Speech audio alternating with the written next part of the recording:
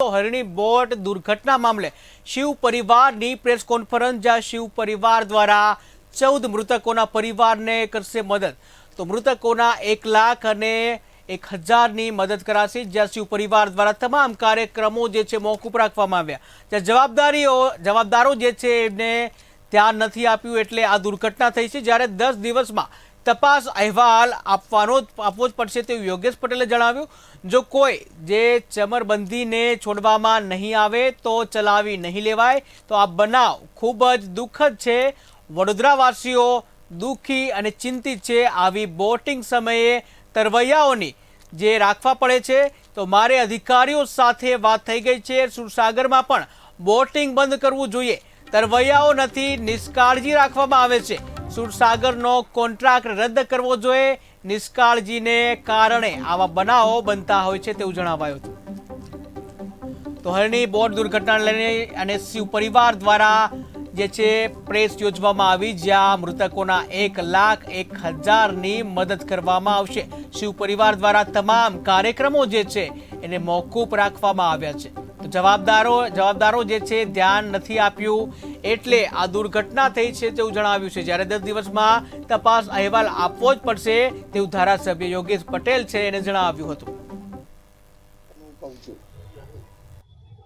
આ જે અહેવાલ છે, તંત્રએ કોઈ પણ બેદરકારી રાખ્યા વગર 10 દિવસમાં આ અહેવાલ આપવો જ પડશે ને આમાં કોઈ પણ ચમરબંધી ને જો છોડવામાં આવશે,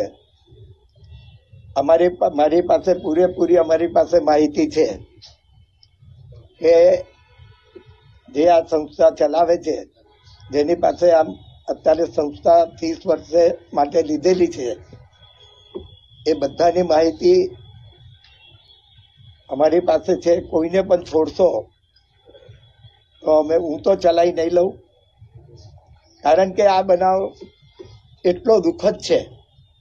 વડોદરા શહેરની જનતા બધા જ આ બાબતે દુઃખી છે। તો જ્યારે મુખ્યમંત્રીશ્રીએ કહ્યું છે, ગૃહમંત્રીશ્રીએ કહ્યું છે, એ વાતને અમે વળગી રહીએ છીએ અને કદાચ કોઈને છોડવા માટે કોઈ પણ ચાપલૂસી કરશે એને પણ અમે બહાર પાડીશું। કારણ કે આવી આ શહેરમાં બીજી દુર્ઘટના સુરસાગર તલાવમાં પણ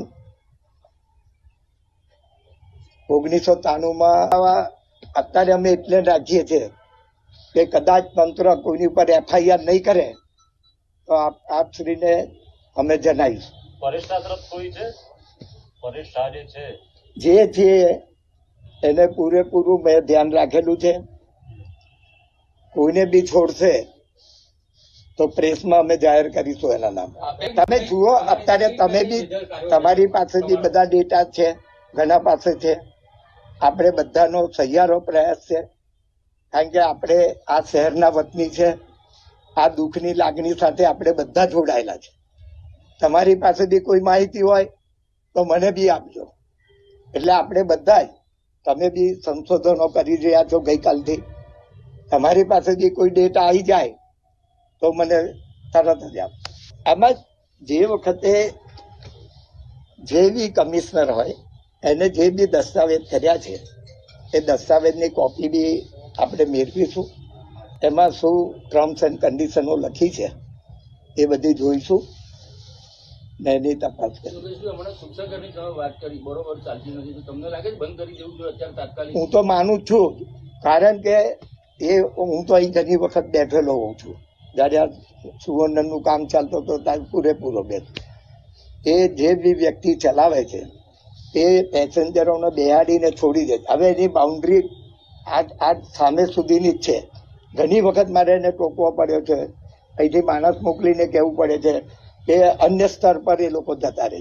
બીજું, જ્યારે આવી રીતે 3-4 જણા ઓડી એ લઈને જતા હોય, ભલે એને જેકેટ પહેર્યું હોય, પરંતુ તરવૈયા બી સાથે જોઈએ। એ તરવૈયા હોતા નથી, કારણ કે અનલોડ માણસ જેને તરતા ના આવડતું ના। એટલે આ જે બનાવો બને છે નિષ્કાળજીના જ બનાવો છે। નિષ્કાળજીને લીધે જ બનાવો બને છે।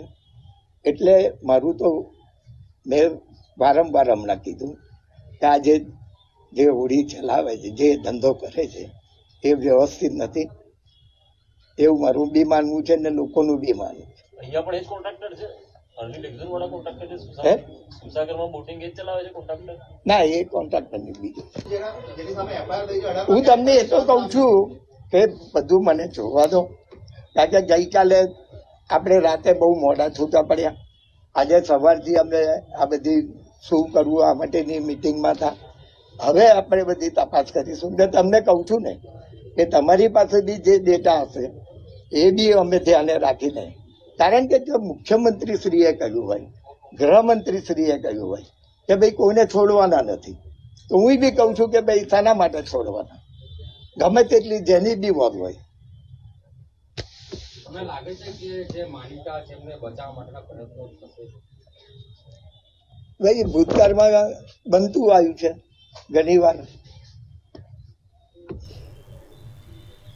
ચાલો, સભ્ય તરીકે પણ હું કહું છું